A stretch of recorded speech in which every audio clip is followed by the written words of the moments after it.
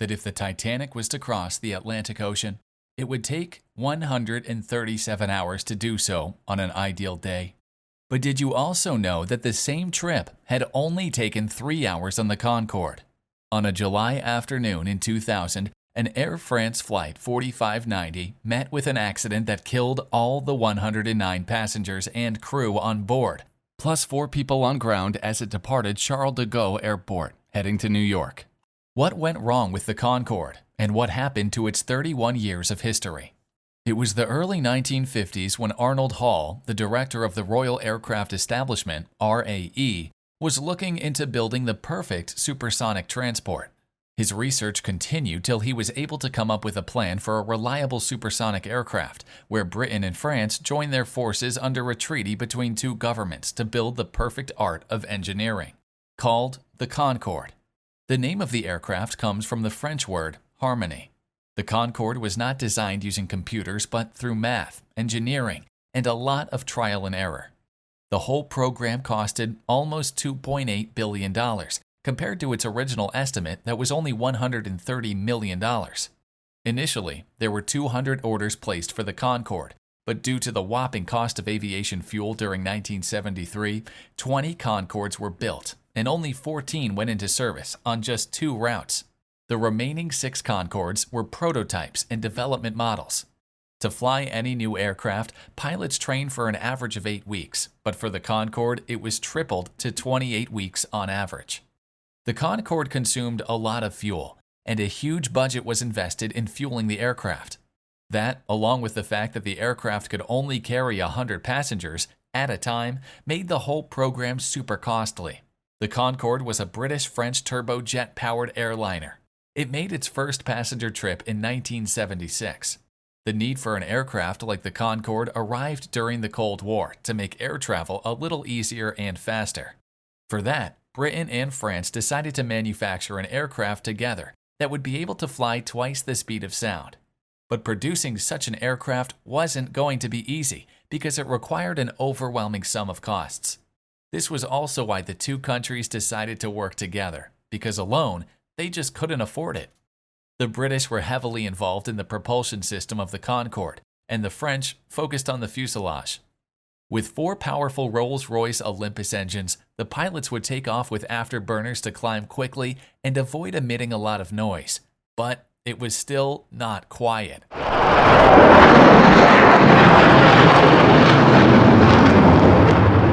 The climb phase to 28,000 feet would take 1 minute and 10 seconds, at which the afterburners were still in action.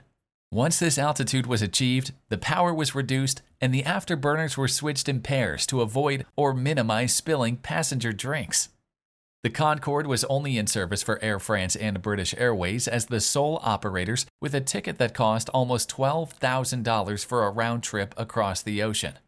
This ticket was only afforded by wealthy passengers. Indeed, the Concorde built itself a firm fan base of regular and loyal celebrities and passengers, including Madonna and Queen Elizabeth's mother celebrating her 85th birthday aboard the Concorde. The price of this trip was 30 times the cost of the cheapest flight option available for the same route and with no drink spills. The flight from New York to London took just 2 hours, 52 minutes, and 59 seconds with the Concorde. The speed at which the Concorde cruised was phenomenal. But the Concorde could also not escape sonic booms, a loud sound produced from shock waves that are emitted from an object moving at a speed faster than the speed of sound. The sound is pretty much like the sound of an explosion. The Concorde could uniquely accelerate from Mach 1.7 to Mach 2 without afterburners with a powerful sonic boom, even at 60,000 feet. This resulted in a lot of noise complaints and protests, not only from the passengers, but also from the people living in cities where the Concorde had regular flights.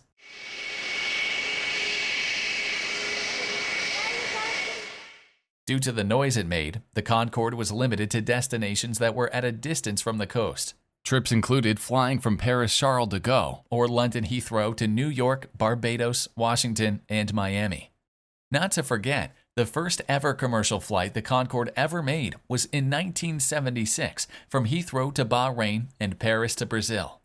For this reason, the aircraft only flew over transatlantic routes with supersonic speed. This slightly defeated the purpose of the Concorde, to fly at high speed at overpopulated locations. As if the Concorde wasn't already facing a whole bunch of problems, an unfortunate afternoon of July 25, 2000, its Air France Flight 4590 met with an accident that killed all the 100 passengers and 9 crew members that were on board, plus 4 people on ground as it departed Charles de Gaulle Airport, heading to New York. The accident was caused by the aircraft running over debris that had fallen off a Continental flight which had taken off a few minutes before the Concorde. A titanium alloy strip was left on the runway, and the Concorde ran over it. The debris caused a tire of the plane to blow, and chunks of metal were then lodged under the left wing. Debris that entered the landing gear bay slaughtered wirings. The crazy sparks from the wires ignited the leaking fuel that was escaping at full force from the left wing. It was now impossible to retract the landing gear and achieve lift in an attempt to climb to a higher altitude. The crew lost control of the Concorde, and a few minutes later, they crashed into a hotel in France. While this accident was the only fatal accident in its 31-year history, it was a huge blow to the Concorde brand and the reputation of the nations that nurtured it. The crash of the Concorde in 2000 carried along with it the silencing of supersonic planes. Following the investigation, Flight 4590 was not the last Concorde to fly. The next test flight took place in July 2001 from London to New York after modifications were completed on its tires, wings, and even the fuel tanks, which was logically reasonable but for a very short time. This was not a passenger flight, but was thought to resemble the same London-New York flight at which the accident happened. The flight was telecasted on TV and watched by many people as the touchdown was a success. The next passenger flight took place in September 2001, but was not considered a revenue flight as it was carrying British Airways employees. It is now almost 19 years since the Concorde took its last commercial passenger flight in October 2003, from New York John F. Kennedy to London Heathrow, carrying 100 celebrity passengers on board, including Darcy Bussell, Sir David Frost, TV presenter Jeremy Clarkson, and shipping company chairman Lord Sterling.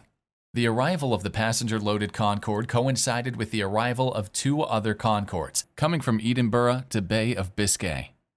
The greatest aviation photograph taken by Lewis Wild in his first job as a photographer was of the Concorde in November 2003, over the Clifton Suspension Bridge in Bristol, Western England, as it was heading to its last destination, in the Aerospace Bristol Aviation Museum.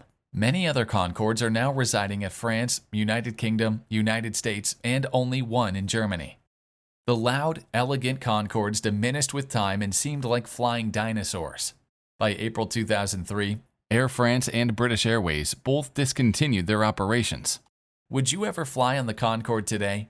Let us know your thoughts in the comments section below. Don't forget to like, share, and subscribe. See you later.